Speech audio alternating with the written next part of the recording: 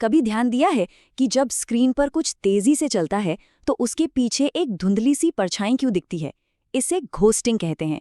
चाहे गेमिंग हो, कोई एक्शन मूवी हो या बस तेजी से स्क्रॉल कर रहे हो, इन सब के पीछे एक छिपा हुआ हीरो या कह सकते हैं विलेन है, रिस्पॉन्स टाइम। तो चलिए आज इसी की तह तक चलते हैं। हम समझेंगे कि ये प्रॉब्लम आखिर है क्या, और फिर ये भी जानेंगे कि अगली बार जब कोई डिस्प्ले चुने तो सही फैसला कैसे लें। तो सबसे पहले बात करते हैं उस जानी पहचानी विजुअल प्रॉब्लम की, जिसे ठीक करने के लिए ही रिस्पॉन्स टाइम का कॉन्सेप्ट इतना ज़रूरी है।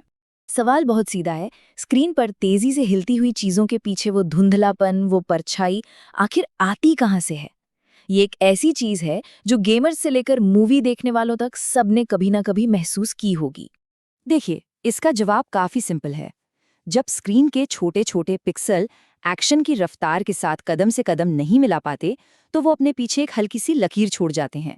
बस इसी को हम घोस्टिंग या ब्लर इफेक्ट कहते हैं, जो साफ सुथरी तस्वीर का मजा किरकिरा कर देता है। तो अब आते हैं मेन मुद्दे पर, समझते हैं कि ये रिस्पॉन्स टाइम आखिर है क्या और ये हमारी मदद कैसे करता है। बहुत ही तकनीकी भाषा में कहें तो रिस्पॉन्स टाइम वो समय है जो एक स्क्रीन के एक अकेले पिक्सल को एक रंग से दूसरे रंग में बदलने में लगता है, और इसे मिली सेकेंड्स यानी एमएस में नापा जाता है। यहाँ एक बहुत ही आसान सा नियम है, नंबर जितना छोटा स्पीड उतनी ही तेज।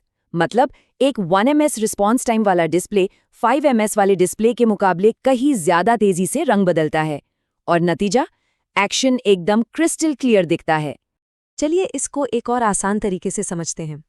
मान लीजिए कि हर पिक्सल एक लाइट का स्विच है, तो रिस्पॉन्स टाइम ये है कि वो स्विच एक रंग से दूसरे रंग पर कितनी तेजी से फ्लिप हो सकता है।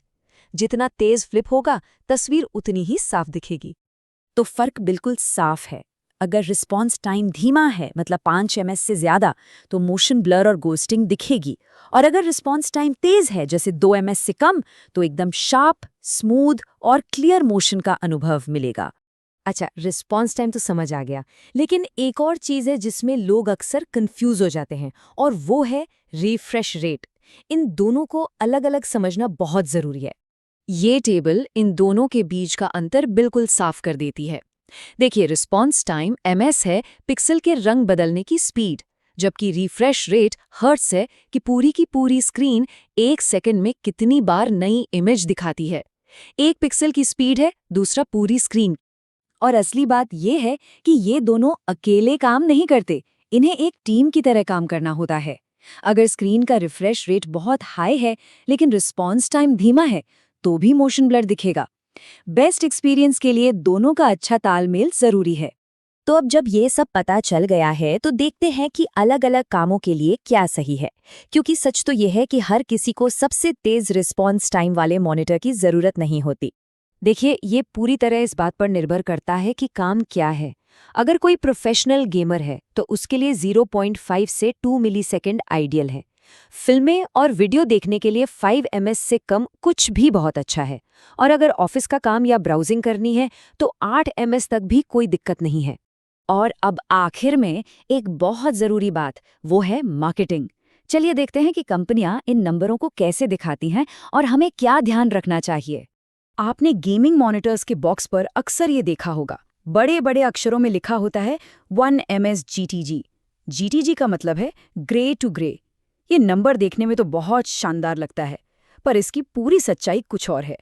दरअसल ये जो ग्रे टू ग्रे वाला 1 ms का दावा है ना, ये अक्सर एकदम परफेक्ट लैब कंडीशंस में टेस्ट किया जाता है।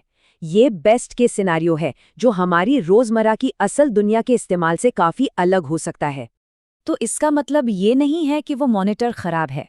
असल में एक मॉनिटर जिसका रियल वर्ल्ड परफॉर्मेंस 2 या 3 मिलीसेकंड भी हो, वो भी गेमिंग के लिए एक बहुत ही शानदार और हाई परफॉर्मेंस डिस्प्ले माना जाता है। तो सिर्फ 1 ms के पीछे भागने की जरूरत नहीं है। तो चलिए इस पूरी बातचीत के कुछ खास पॉइंट्स को फिर से दोहराते हैं। पहली बात, रिस्पॉन्स टाइम ही मोशन की क्लैरिटी तय करता है। दूसरा, मिलीसेकंड्स जितने कम, मोशन उतना ही तेज और साफ। तीसरा, ये रिफ्रेश रेट के साथ मिलकर काम करता है। चौथी और ज़रूरी बात, हमेशा अपने काम के हिसाब से रिस्पॉन्स टाइम चुनें। और आखिर में, मार्केटिंग के बेस्ट केस नंबरों से थोड़ा सा सावधान रहें। अब जब ये मोशन ब्लर का राज खुल गया है तो ये सोचने वाली बात है कि और कौन सी ऐसी छुपी हुई टेक्नोलॉजी या स्पेक्स हैं जो शायद हमारे जाने बिना ही हमारे डिजिटल एक्सपीरियंस को हर रोज एक नया आकार दे रही हैं।